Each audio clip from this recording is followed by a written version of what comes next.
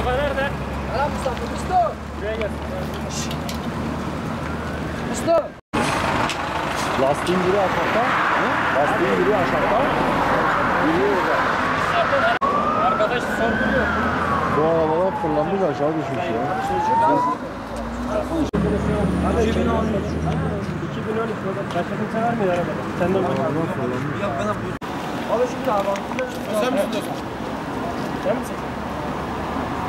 Abi şoför değiliz. Gel arabaya. Çekeyim ya.